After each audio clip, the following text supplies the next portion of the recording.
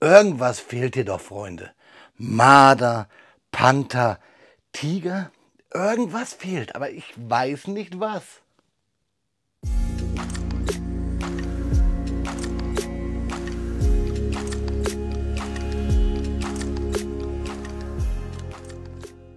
Willkommen in der Noppenklötzchenscheune. Mein Name ist Blocksau. Natürlich fehlt die Maus hier nicht. Wie auf meinem T-Shirt gehört sie in diese Panzerfamilie dazu. Und wie es bei einer Scheune, bei meiner Noppenklötzchenscheune nicht anders sein kann, brauchen wir auch etwas Nagelgetier, damit es rund wird. Und deswegen haben wir heute im Review das Kubi-Set 3137 aus Juni 2025, die aktuelle Limited Edition, den Panzerkampfwagen 4 und 4, also 8, die berühmt und berüchtigte Maus. Ganz schön in dieser Edition 1:35 und sie ist hier eigentlich noch gar nicht richtig fertig. Das gefällt mir, auch wenn uns da War Thunder und World of Tanks oft anderes lehren wollen. Schauen wir uns dieses Fahrzeug jetzt nicht in Böbling oder Kummersdorf, sondern hier bei mir vor den Toren Stuttgarts auf den Bautisch genauer an. Wobei, Böbling ist ja auch vor den Toren Stuttgarts.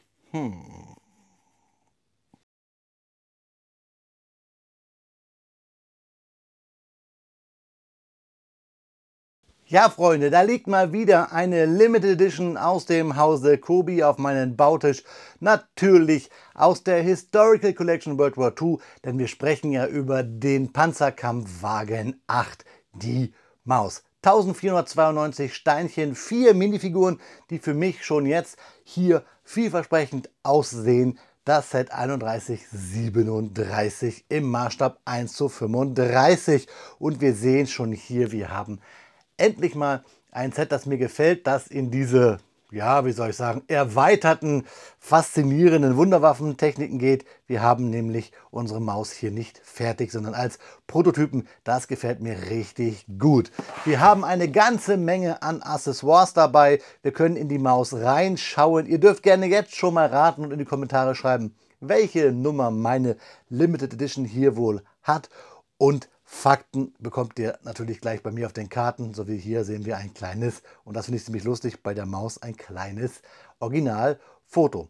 Wir haben hier zwei Volkssturm-Minifiguren, wir haben einen Panzerkommandanten und einen Automotive Engineer. Ihr könnt ja nach den Fakten mal raten, wer das vielleicht sein soll. Ihr seht, wir können tief in die Maus reinschauen, das finde ich ganz gut. Unsere kleine Maus kriegt jetzt Flügel und dann können wir in den Karton nämlich einmal reinschauen. Ja, Freunde, da liegen 5 mehr oder minder gefüllte Plastiktüten mit Kubi-Bausteinen, hauptsächlich in beige und rot gehalten auf meinem Bautisch, sowie das Laserschwert des Kubi-Klemmers, der große, coole Kubi-Teiletrenner, sowie die Anleitung, die mit Klammern zusammengehalten wird in DIN A4-Format und natürlich hier seit neuestem wieder in Folie das Zertifikat. Da holen wir mal kurz die Steine raus. Ihr sollt ja raten, was das für eine Nummer ist. Das machen wir natürlich später dann beim Review-Part. Wir gucken uns die Anleitung an. Natürlich, wie gesagt, ich habe es euch gesagt, DIN A4, Pad Printed. Also die ganzen versprochenen Drucke haben wir hier auch in dem Set. Und wir bauen natürlich bei der ersten Tüte an. Damit fangen wir an, darauf bauen wir los, achten aber auf die Sonderteile, die wir von Kubi haben. Natürlich alles Lego-kompatibel, nur verschiedene Formen zu fast der gleichen Nutzung. Da immer darauf achten, wenn ihr Kubi-Anfänger seid. Der erste und die aktuellen Bausteps sind immer die hervorgehobenen. Das, was wir gebaut haben, ist ausgegraut. Pfeile weisen uns den Weg. Wir haben keine Seitenzahlen und wir hangeln uns von Bautüte, also von der 1 bis zur Bautüte 5 durch und bauen jeden Step mit den Steinen, die wir hier in diesen Rechtecken haben. Fertig sind wir dann. Ganz kurz noch einmal schauen, ob ich für euch vielleicht hier genau, da haben wir es, diese Anlegehilfen finde. Das wollte ich euch zeigen, denn ihr müsst nicht immer Noppen zählen. Braucht ihr eh nicht mehr, weil wir haben den Teiletrenner. Aber fertig sind wir dann mit dem Baustep. Tada!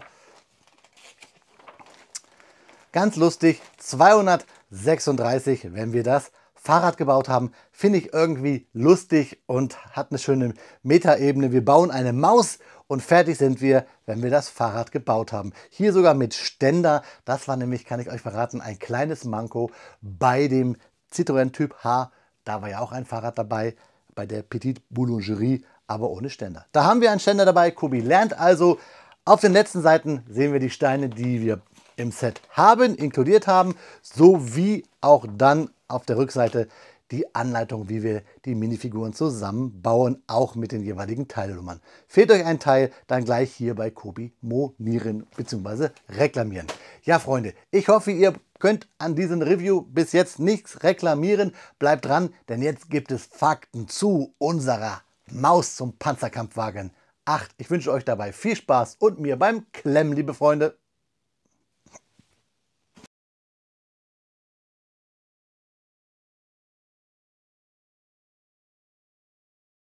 Speedbildzeit ist Faktenzeit. Willkommen zur Faktenzeit über den wohl monströsesten Panzer, den es je gegeben hat. Den Panzerkampfwagen 8, die berühmte Maus. Dieses gigantische Fahrzeug war mehr Festung als Panzer, mehr Technikexperiment als Gefechtsfahrzeug. Und doch, es fasziniert bis heute nicht nur Technikfans, sondern auch Historiker und Klemmbausteinhersteller sowie Game Designer weltweit.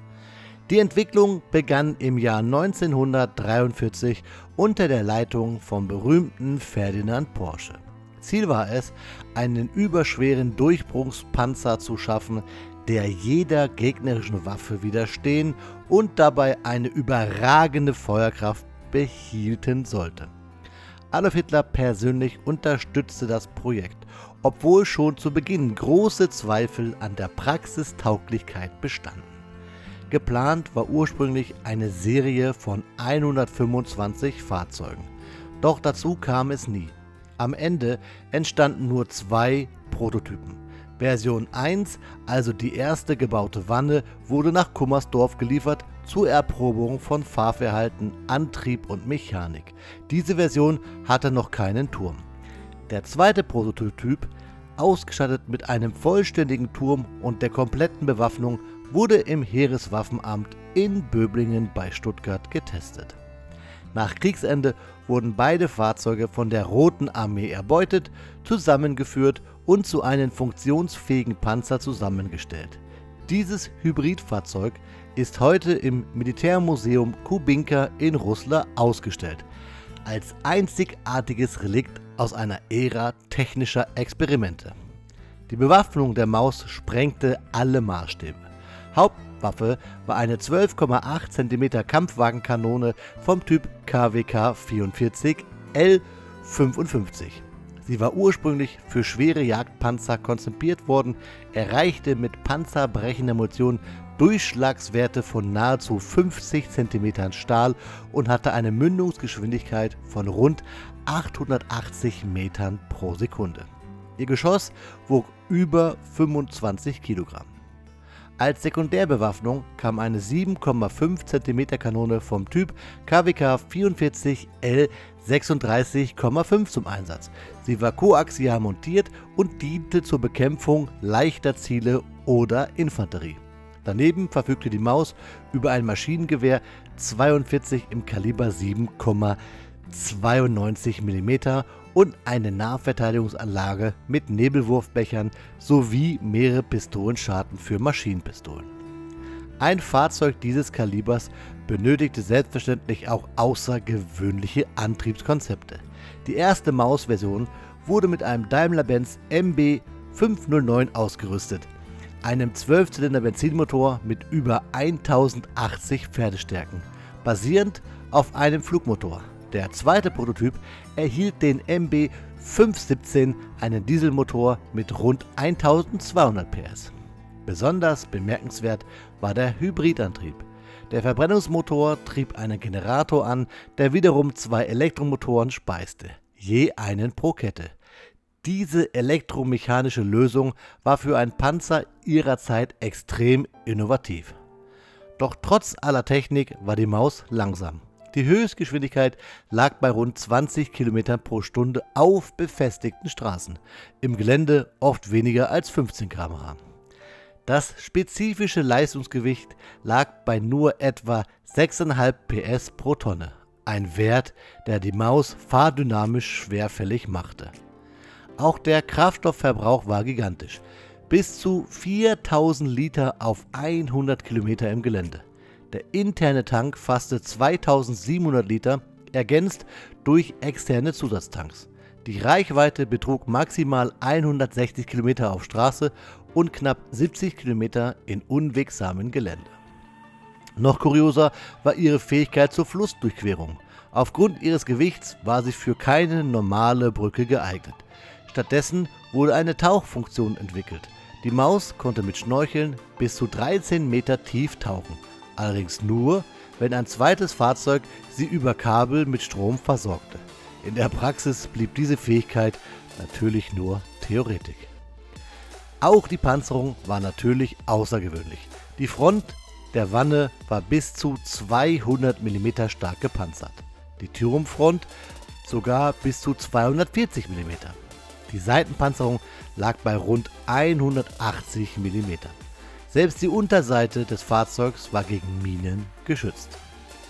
Zusammengefasst war die Maus ein technisches Meisterwerk, aber auch ein Sinnbild für den Größenwahn des Dritten Reiches. Sie war extrem teuer, komplex in der Fertigung, kaum mobil und strategisch sehr fragwürdig. Kein einziges Exemplar ging jemals in Serie oder wurde im Kampf eingesetzt. Und doch, der Panzerkampfwagen 8 Maus bleibt bis heute das schwerste jemals gepanzerte Kettenfahrzeug im Zweiten Weltkrieg. Ein Denkmal deutscher Ingenieurskunst und zugleich ein Mahnmal für die Grenze zwischen Technikfaszination und militärischem Unsinn.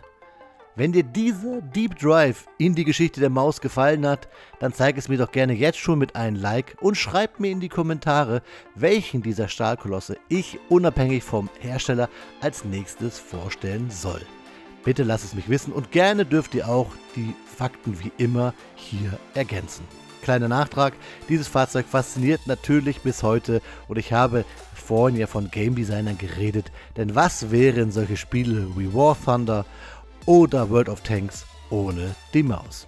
Naja, das nur als Gedankenanstoß. Schauen wir uns jetzt aber das richtige Klemmbaustein-Review zum Kobi-Set 3137 an, eben der Maus von Kobi in der Limited Edition. Freunde, viel Spaß!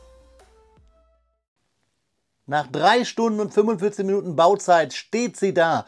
Unsere Maus im Maßstab 1:35 aus der Historical Collection World War II, die Limited Edition aus Juni, die 3137, 1492 Steinchen, die wir hier verteilt auf meinem Bautisch auch sehen, den Panzerkampfwagen 8, die Maus. Wie gesagt, in der Limited Edition, welche Nummer wir haben, schauen wir uns gleich an. Wobei, wenn ihr richtig gut zoomen könnt, könnt ihr es auch da schon lesen. Ja, Freunde, ein Set, das mir 3 Stunden und 45 Minuten beim Bau absoluten Spaß gemacht hat. Auch wenn es Stellen gibt, die sich wiederholen. Trotzdem muss ich sagen, ist auch manchmal eine Wiederholung gut, wenn der Baustep interessant ist. Und das ist hier bei diesem Fahrzeug. Wir haben eine Menge zu besprechen. Fangen wir an. Ich habe gesagt, bautechnisch über jeden Zweifel erhaben. Ich habe ja wirklich nicht viel zu meckern. Was daraus geworden ist, das besprechen wir jetzt gleich. Aber der größte Elefant, der jetzt hier nicht im Raum steht, weil es ist kein Elefant, es ist eine Maus, ist aber der historische Kontext. Denn dieses Fahrzeug ist als Set super, aber historisch Quatsch. Es ist wieder so ein catchy Set, wo Kobi versucht hat, alle möglichen Nuancen zusammenzupacken, damit wir hier eine interessante, ja, Baumöglichkeit bekommen mit ziemlich vielen historischen Anlehnungen. Mal da, mal da, mal da, mal da. Und wie meine ich das? Naja, wir haben unseren Herrn Porsche hier unten, auch wenn er nicht genannt wird. Wir haben natürlich hier eine HJ-Figur, eine Volkssturmfigur. Wir haben hier einen bösen, abgeranzten Panzerkommandanten. Und dann haben wir einen Turm, nämlich hier die 351453, der nicht historisch zu dieser Wanne passt. Zum ergänzenden Fakt zu dem Fakten in der Speedbuild. Wir hatten nämlich nur, oder wir ist falsch, es gab damals nur 3 Maus gebaut, beziehungsweise eigentlich sogar nur 2. zwei Prototypen, die 250-1. Das war eine Maus mit einer gelben Wanne, aber ohne Turm. Nur mit einem Turmersatzgewicht aus Beton. Dann gab es die Maus 250-2. Das ist die Maus, so wie wir sie bekommen in der normalen Version, so ähnlich, in einem Dreifarbton. Und dann gab es für die gedachte dritte Maus den Turm, die 351453. Die war für die Wanne, für die Maus 3 gedacht. Und die Türme hatten eigentlich eine Beschriftung 1 bis 20. Also diese Beschriftung hier war gar nicht auf dem Turm, sondern auf der Wanne. Ich blende euch das mal hier eben gerade ein. Also haben wir hier ein Mischmasch von Sachen, die so halb stimmen. Kobi hat das hier zusammengeklatscht zu einer. Trotzdem gefällt es mir ganz gut, weil wir hier angedeutet, ich habe es euch gesagt, ein bisschen catchy, ein bisschen cheesy, Rüstung haben, Technik, und das ist ja auch das, was mich hier fasziniert. Und auch fasziniert mich die Endzeit in diesem bösen Konflikt. Deswegen mag ich hier auch ganz, ganz besonders trotzdem die Figuren. Wir haben ja Volkssturm und HJ-Figuren bei Kobi schon bei so mancher Limited Edition gehabt. Und deswegen sind auch hier die Figuren für mich trotz allem denen hier ein absolutes Highlight. Fangen wir an, lösen wir es auf. Was habe ich für eine Nummer? Für alle, die richtig geraten haben, die 209. Ich habe es euch ja schon oft in Videos erzählt. Früher war ich ja aus auf niedrige Nummern. Heute, da ich es euch vorstelle, ist mir das egal. Hauptsache, ich habe eine. Ist ja auch nicht immer so einfach, so eine Limited Edition zu bekommen. Und ich habe es euch gesagt, da unten steht auch die 209 ja auf dem laser geprinteten Schild. Bei der Anleitung müssen wir eigentlich ja über einen Baustep sprechen, weil ich euch gesagt habe, wir sprechen über Wiederholungen. Das ist das Fahrwerk, das lustigerweise wir hier sehen. Und diesen Baustep hier unten, die 84, da müssen wir darauf achten, weil wir ganz oft diese Räder mit dieser Lupe hier 12-mal bauen. Und wir müssen echt aufpassen, wie rum wir sie bauen, weil dieser Kreis auf dieses Bar immer mal versetzt ist. Dieses Teil bei Kobi einen Versatz nach vorne hat oder nach hinten, und wir müssen es hier genau ordnen, und das machen wir halt 12-mal. Und eigentlich machen wir es sogar öfter, denn wir haben hier so ein Fahrwerkelement noch auf den Bautisch. Sonst habe ich nicht über viel zu meckern, außer ihr habt vielleicht im Speedbild gesehen, dass ich, als es um den Turm ging, etwas gefrickelt habe. Das ist mir so ein bisschen auseinandergeflogen. Ich finde, es ist beim Turm sehr kleinteilig. Ihr seht es auch hier, ne? Drückt das zusammen und drückt von unten gegen. Das hat mir nicht so Spaß gemacht. Das ja, hat sich hier so ein bisschen verzogen im Bau, und das zeige ich euch auch gleich, wenn wir uns den Turm angucken. Der ist hier oben etwas fragiler. Wir haben auch sehr viele Spaltmaße. Generell kann man dieses Set als das Set der Spaltmaße, ihr seht es auch hier ganz doll schon, hier bezeichnen. Aber wir fangen langsam an. Wir reden über die Steine. Wir haben typisch für eine Limited Edition ein paar Steine über. Hier sehen wir zum Beispiel ja, von der Pack hinten, beziehungsweise nicht Pack, von der Raketenbüchse hinten hier diese Ausgussstrahl, diese Formteile von Kobi über diese Körbe. Wir haben hier Bügelperlen über, kleine Antennchen, Plättchen, Seat-Clamps und kleine Bars. So das Übliche, was bei so einem Kobi-Set in der Größe überbleibt. Wir haben natürlich ganz grandios den Teiltrenner von Kobi, den ich nicht mehr missen mag. Wir können die Noppen abzählen. Ich mache das nie, aber die Hebelwirkung ist cool, egal ob so oder so. Und natürlich hier auch so einen Bügelperlen-Rausdrücker, so nenne ich den mal, weil es zum Applikieren, oder wie das heißt, hier mit diesem Applikator, da ist das ein bisschen ja, zu dünn für, aber zum Raushebeln oder auch zum Rausdrücken von Technikachsen ist das Teil einfach cool. Ich sage es immer wieder, das Laserschwert des Kobi-Klemmers. Also das macht uns zu richtigen Kobi-Klemmer-Männern. Finde ich gut. Oder Frauen oder dazwischen. Ihr wisst, was ich meine. Also geht an die Seite. Dann das Schild der Heereswaffenversuchsanstalt in Kummersdorf. Gut, richtig schön gemacht. Auch hier glatt, damit man es auf so einen Tisch stellen kann. Finde ich schön. Ich mag diese Schilder, wenn Kobi die bei Limited Editions dazu gibt. Tolle Bautechnik. Vor allem hier auch diese schönen halben Fliesen. Das gefällt mir. Cooles Schild. Das macht was her. Auch was her macht dieser kleine Rollwagen für unseren Daimler-Benz 509er Motor. Schön gedruckt der Motor. Und dieser kleine Werkstattwagen. Auch cool. Typisch Kobi, klemmt so gut, dass sogar diese ja, Baurichtungsumkehr, halbe Plate immer mit abgeht bei dem Motor. Den Motor lege ich mal an die Seite, den brauchen wir gleich noch. Aber es ist cool gebaut hier, nämlich auf dem Kopf bauen wir es, so bauen wir es und drehen es dann um, damit wir diesen kleinen Motorwagen haben, finde ich nice. Vielleicht etwas groß im Vergleich zu so einer Figur, aber für den Motor absolut passend. Gefällt mir. Dann haben wir natürlich hier so typisch Kobi Limited Edition, es muss was dazu. Tonnen, eine Kiste, da ist sogar was drin, nämlich Werkzeug, ein Schraubschlüssel, der so ein bisschen amerikanisch daherkommt. Schraubenzieher und eine Zange, gefällt mir trotzdem, die Farbe und natürlich hier unser ja, MB 517 1200 km, die Bezeichnung für den Motor. Können wir hier draufstellen, zack, da haben wir hier den Motor, können es auf die Plate packen. Schön hier oben bedruckt der Motor, gefällt mir richtig gut. Wie gesagt, zum Motor kommen wir noch. Dann haben wir eine Leiter, typische Kobi-Leiter, kennen wir. Ein Teil, was Kobi schon seit Ewigkeiten hat, sehen wir auch so schön auf dem Bild vom Karton. Dann haben wir hier so eine Risszeichnung der Maus auf so einer Takelage, so einem Reißbrett, wo gezeichnet wurde. Finde ich auch gut. Da sehen wir so eine Wanne und den Turm und eine Seitenansicht. Richtig nice. Bisschen blöde ist hier, dass wir es nur mit Bügelperlen so zumachen und hier die Bügelperle klemmt gut, die hier ist sehr locker. Da muss man aufpassen, wenn man es ins Regal stellt. Ja, dann das Typenschild. Panzerkampfwagen 8 Maus, Maßstab 1:35 und die Nummer 209. Jetzt fragt ihr euch vielleicht so, hä, 8? Panzer 5, Panzer 6 kennen wir alles, aber was war denn dann Panzer 7? Ja, Panzer 7 war der nie umgesetzte Löwe, quasi ein Nachfolger des Königstigers bzw. des Tiger 2 bzw. Tiger Bs. Quasi müsst ihr euch vorstellen wie eine Art deutscher Josef Stalin Panzer 2. Ist nicht gebaut worden, da ist man dann gleich zur 8 zur Maus gesprungen. Dann zum absoluten Highlight irgendwie auch in diesem Set ist diese Werkbank mit diesem Fahrwerksteil. Wir haben hier ein Schweißgerät, hier mit Gaszufuhr und wir haben hier, man kann es sogar ein bisschen runterdrücken, leider geht natürlich die Funktion nicht, eine Bohrmaschine oder eine Fräse, finde ich absolut geil. Das macht Spaß.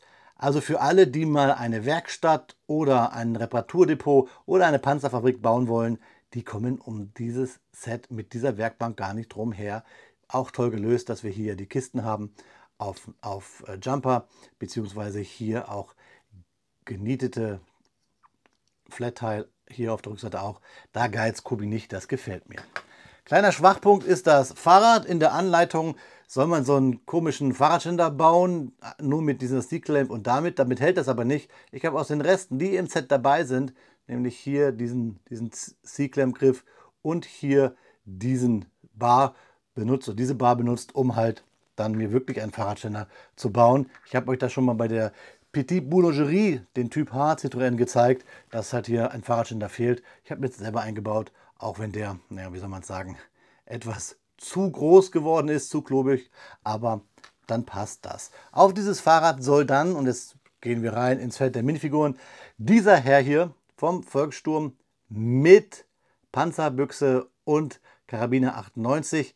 Richtig nett. Kobi geizt in letzter Zeit nicht damit, auch solche Mäntel darzustellen. Hier haben wir ihn bedruckt. Wir haben da oben das Volkssturmzeichen. Wir haben einen normalen Helm und haben jetzt hier so ein Rockteil, was wir auch von den Römern kennen und von den Frauen, für die Darstellung so eines Mantels. Sieht richtig gut aus. Der Herr guckt neutral rein und hat halt die Panzerbüchse sowie das Triebmittel hier, die Munition in der Hand. Eine tolle Figur, auch dann mit den Karabiner. Dann stellen wir wieder auf die Maus scharf und schauen uns den bösen, abgeranzten, abgekämpften und verletzten Panzersoldaten an. Weiße Latzhose, Dienstglas, wir haben seine schwarze Panzeruniform, wir haben hier oben die Feldmütze, Schirmmütze, also wir haben hier einen Offizier wahrscheinlich. Dann haben wir hier einen 3-Tage-Bart, seine Pistole und eine Augenklappe. Sieht richtig Bad Guy-mäßig aus und ich glaube, das soll es auch bei diesem Set.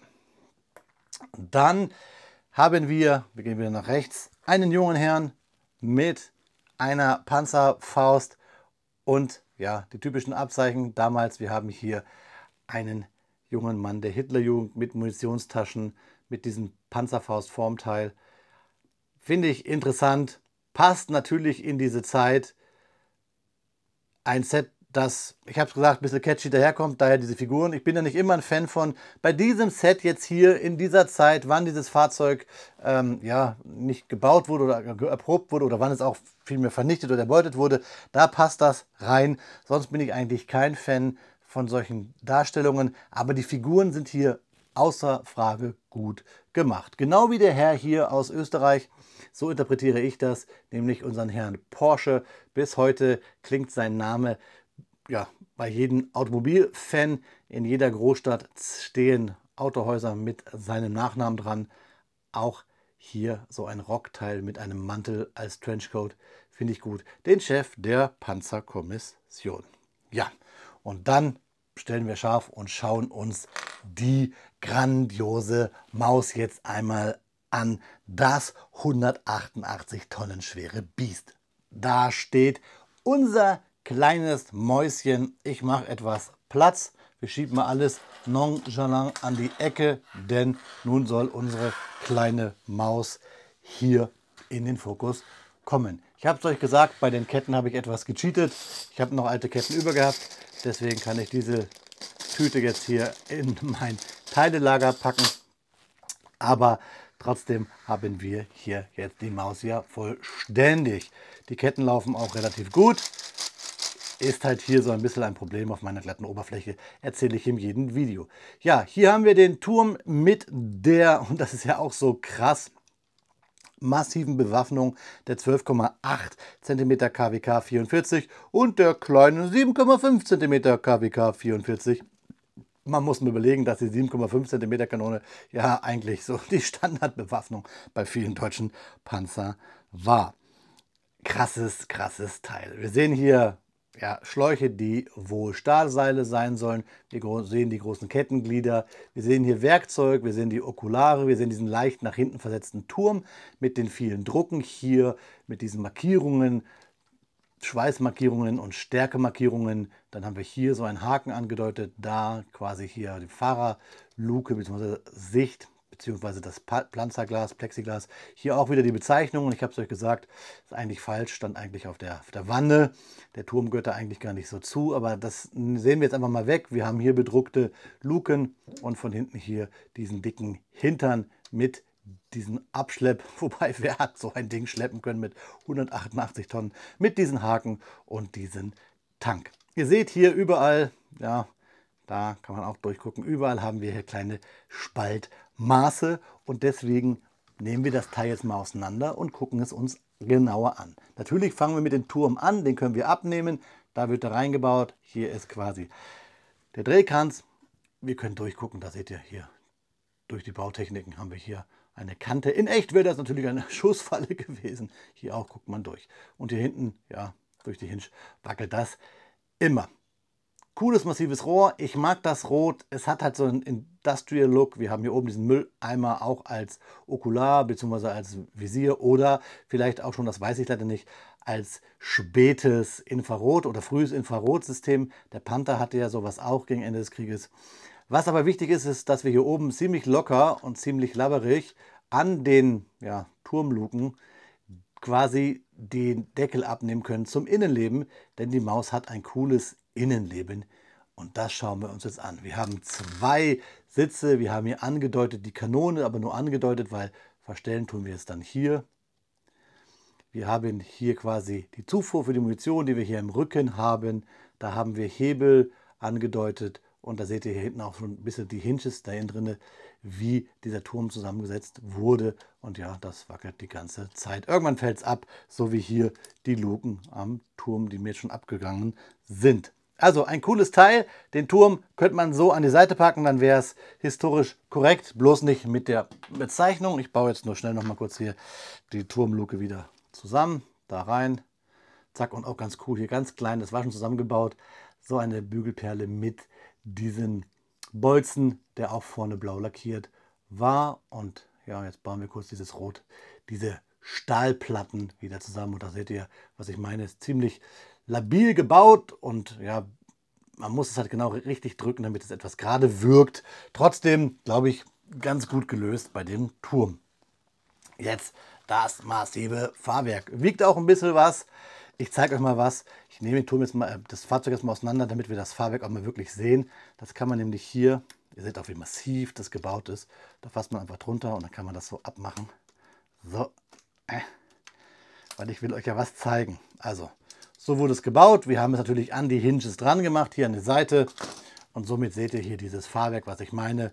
Baut man ganz oft, ist aber cool geworden. Also irgendwie haben wir hier quasi alte Kubi-Antriebsräder und dann diese kleinen neuen Räder mit diesen C-Clamps und diesen Bratofen-Lupenteilen, wie ich euch gesagt habe, damit wir hier die Federung hinbekommen.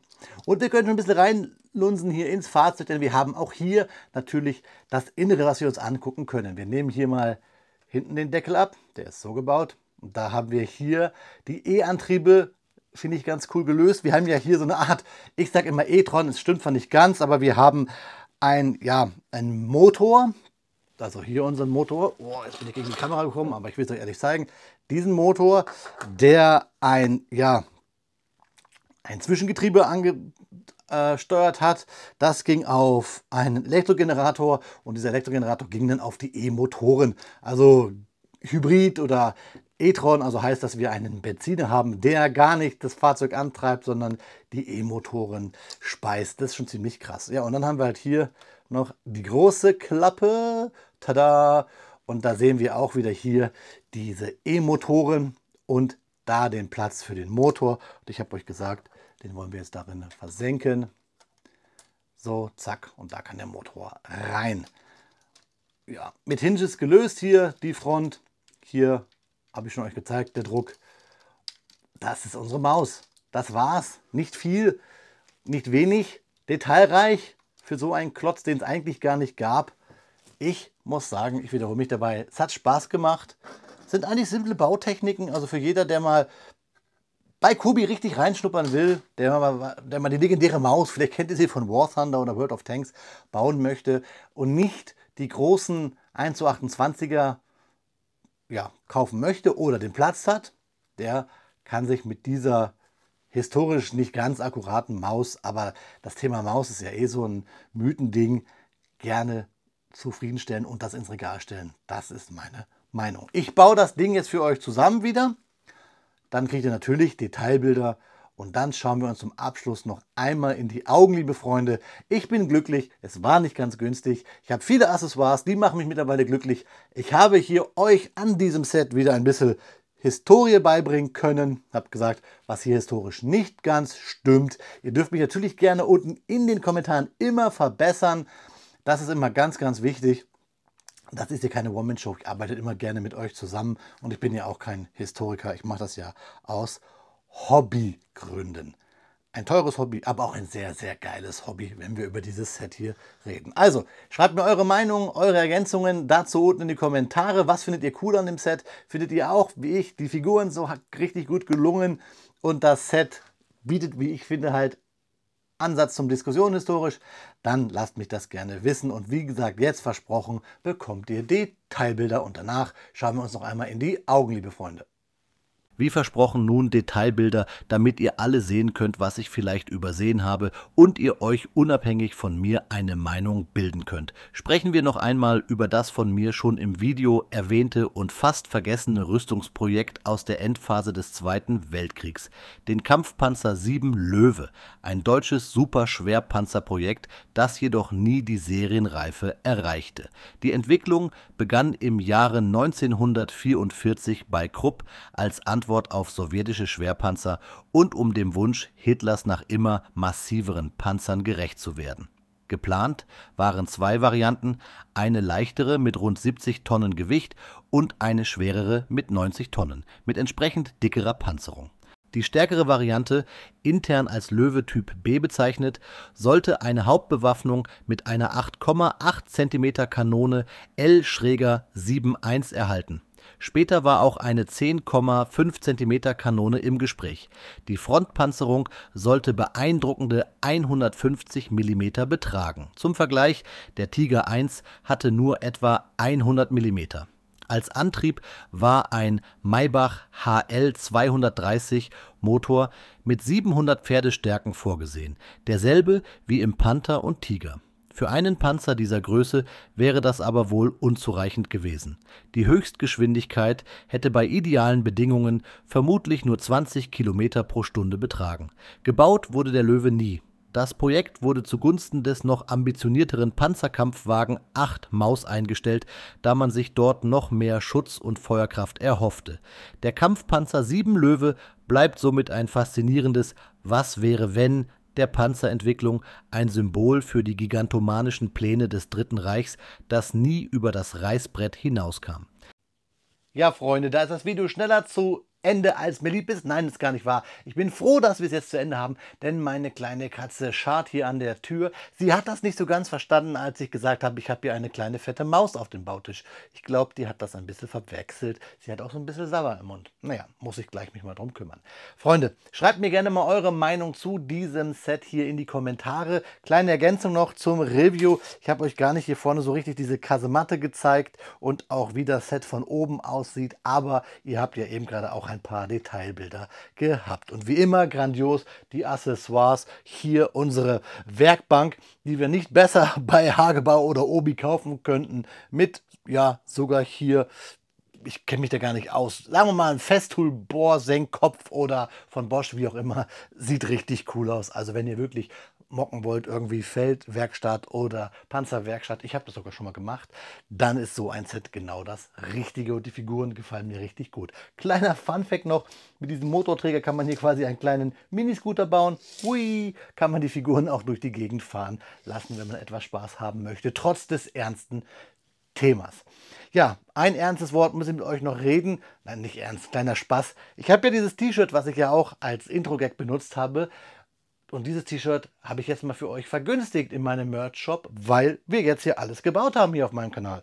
Wir haben schon mehrere Marder gebaut, mehrere Panther, mehrere Tiger und nun auch endlich eine Maus. Schaut mal rein, ob das Shirt was für euch ist. Wie gesagt, ich habe es jetzt mal günstiger gemacht, weil wir einfach katsching alles hier abgehakt haben. Ich habe noch ein paar mehr Shirts in dieser Richtung. Da müssen wir mal weitermachen, dass wir die auch alle abhaken. Dann kriegen wir es auch günstiger hin, oder? Kleiner Spaß. Liebe Freunde, auch bei so einer leichtgewichtigen, das ist ja nicht Spaß, bei so einer 188 Tonnen schweren Maus sprechen wir von einem Fahrzeug. Ich habe als Gag gesagt, wir haben so eine Art Hybrid, so eine Art e-tron. Also haben wir auch ein Auto, wenn auch ein sehr, sehr fettes. Und was sage ich immer am Ende? Wenn wir über ein Auto sprechen, ich wünsche euch eine gute Fahrt, genießt das Wetter, auf Wiederbauen, euer Freund, das kleine Mäuschen, der Blockstar, auf Wiederbauen.